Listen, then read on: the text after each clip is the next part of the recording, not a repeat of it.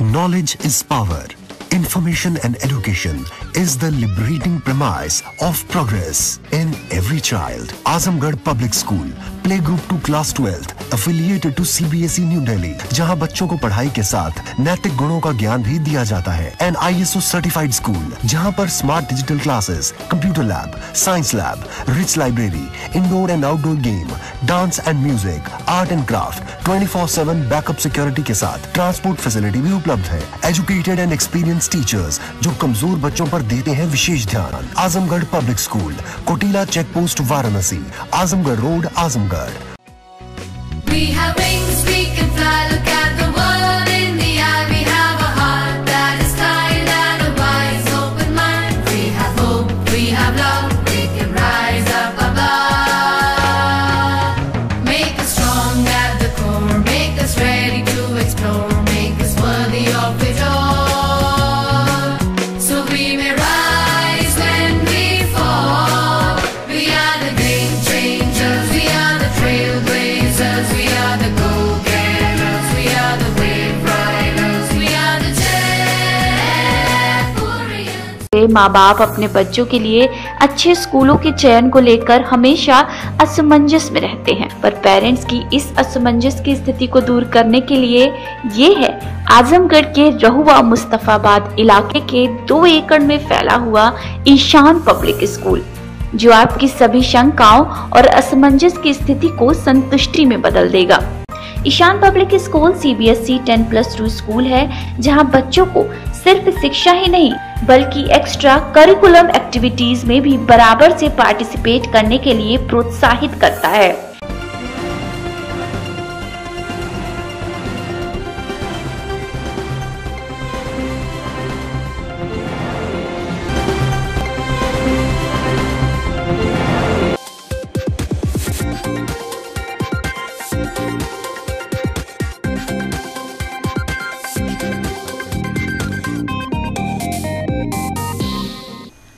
आजमगढ़ में police encounter में जहां 25-25 हजार के 2 शातिर बदमाशों को पैर में गोली लगी है, वहीं एक सिपाही भी जख्मी हो गया है.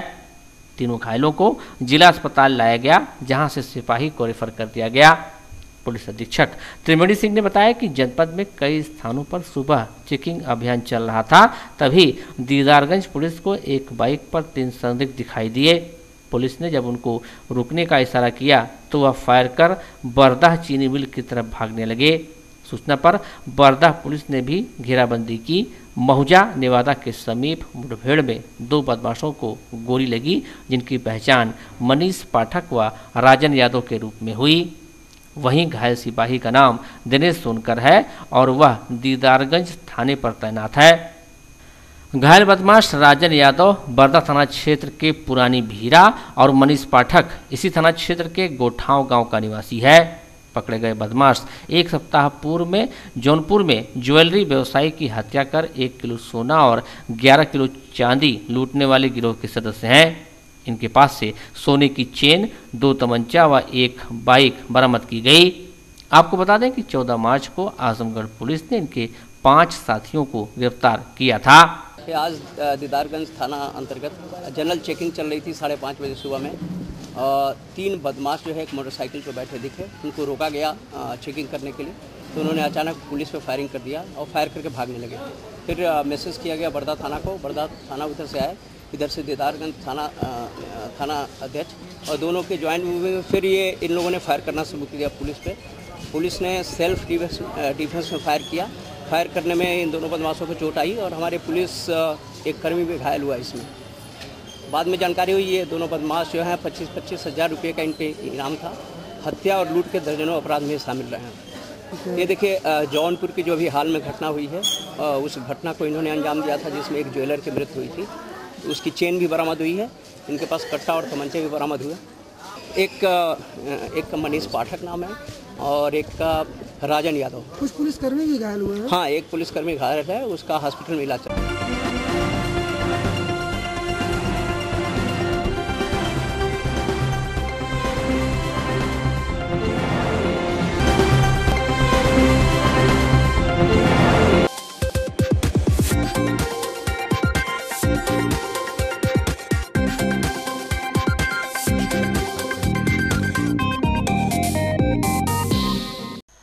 आजमगढ़ शहर कोतवाली के मुकीरीगंज में पटाखा गोदाम में हुए भीषण अग्निकांड में मौतों का आंकड़ा बढ़ता जा रहा है।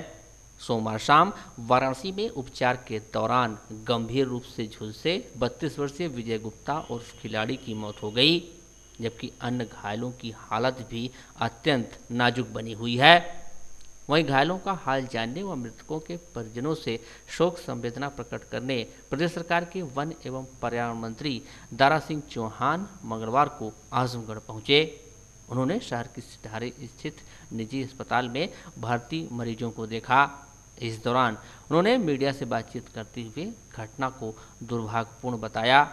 कहा कि आचार संहिता की वजह से सरकार की ओर से आर्थिक मदद तो संभव नहीं है, लेकिन मुख्यमंत्री योगी आदित्यनाथ ने घायल मरीजों के बेहतर इलाज का निर्देश जिलाधिकारी को दिया है।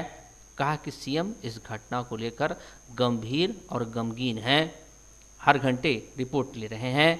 कहा कि घटना के दोषी बख्शे नहीं जाएंगे, उन पर सख्त कार्रवाई की जाएगी। वहीं उन्होंने जिला अस्पताल की बदतर स्वास्थ्य व्यवस्था को बेहतर बताया। देखिए, बहुत ही दुर्भाग्यपूर्ण घटना रही है। इसमें कई लोगों की जानें चले गए, कुछ लोग हॉस्पिटल में जिन गंभीर अवस्था में हैं, जिनका इलाज चल रहा है।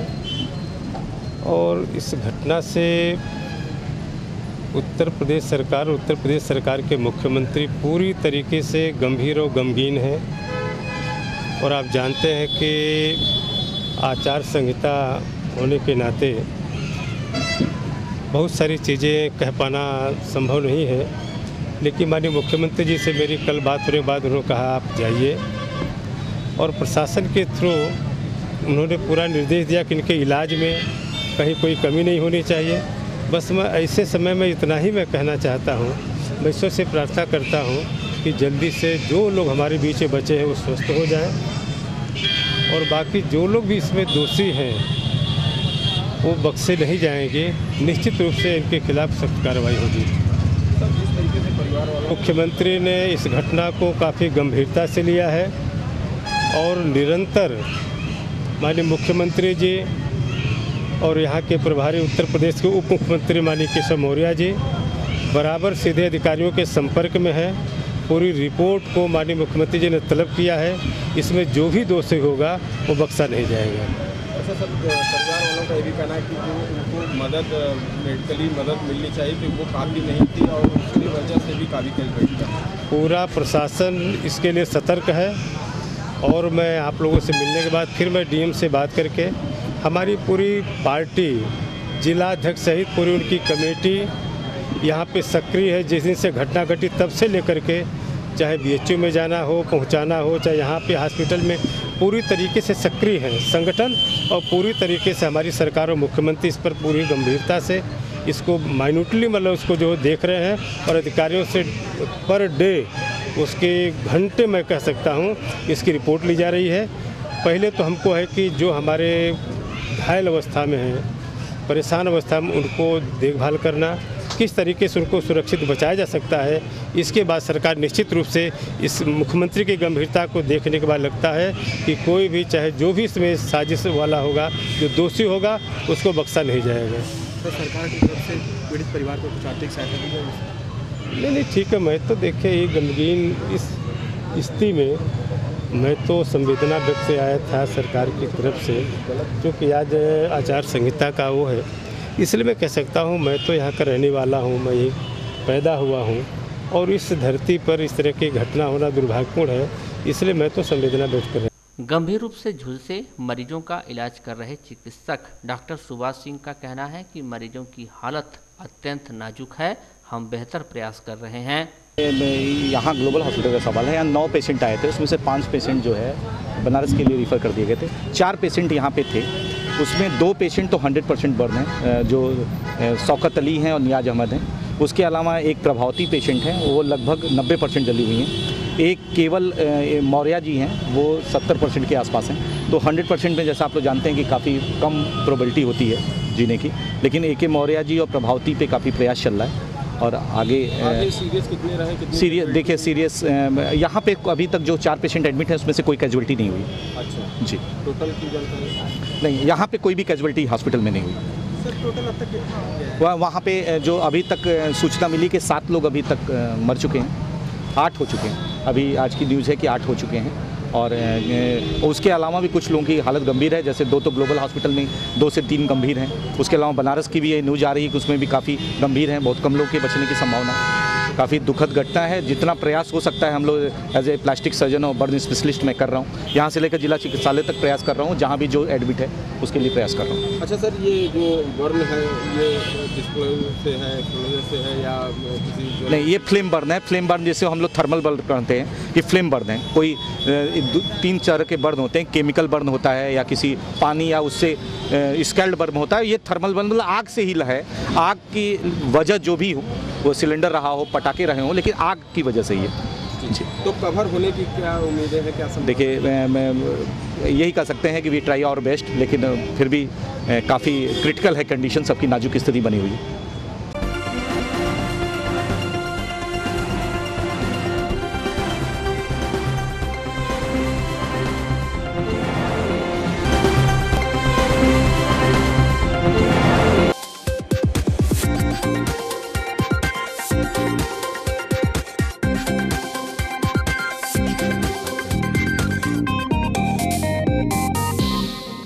जिलाधिकारी शिवाकांत द्विवेदी व पुलिस अधीक्षक त्रिवेणी सिंह की अध्यक्षता में पुलिस लाइन के सभागार में आगामी होली के त्यौहार को शांतिपूर्ण ढंग से खुशी तथा हर्षोल्लास के साथ मनाए जाने हेतु पीस कमेटी की बैठक संपन्न हुई।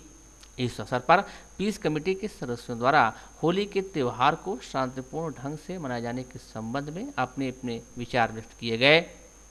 इस मौके पर जिलाधिकारी शिवाकांत द्विवेदी ने कहा कि होली के त्यौहार को आप सभी लोग मिलजुल कर मनाएं तथा पुलिस और प्रशासन का सहयोग करें।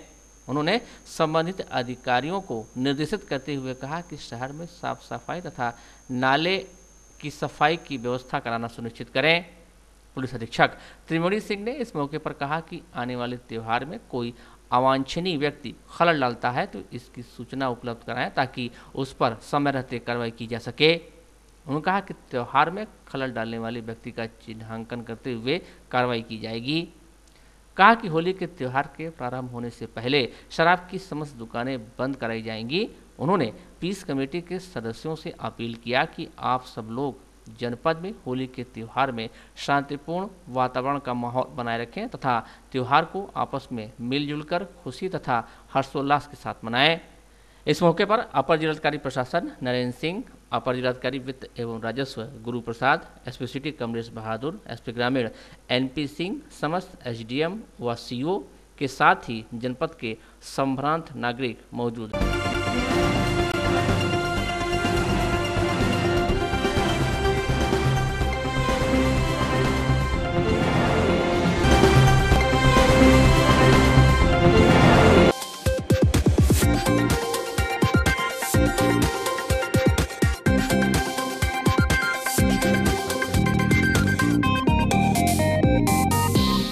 सरकारी संस्थानों, कार्यालयों व स्कूलों में होली की छुट्टी के चलते मंगलवार को जमकर अबीर गुलाल उड़े। दीवानी न्यायालय में अधिवक्ताओं ने समारोह का आयोजन कर एक दूसरे को रंगों के पर्व, मिलन के पर्व, भाईचारे के पर्व होली की शुभकामनाएं दी। समारोह में मुख्य अतिथि के रूप में पालिका अध्यक्षा शीला श्रीवास्तव के प्रतिनिधि एवं पुत्र प्रणीत श्रीवास्तव उपस्थित रहे। समारोह के दौरान गायक कलाकारों ने सुरों के जरिए जहां होली के रंग बिखेरे तो वहीं अधिवक्ताओं ने अबीर गुलाल से होली खेलते हुए एक दूसरे को गले लगाते हुए उन्हें पर्व की शुभकामनाएं दी।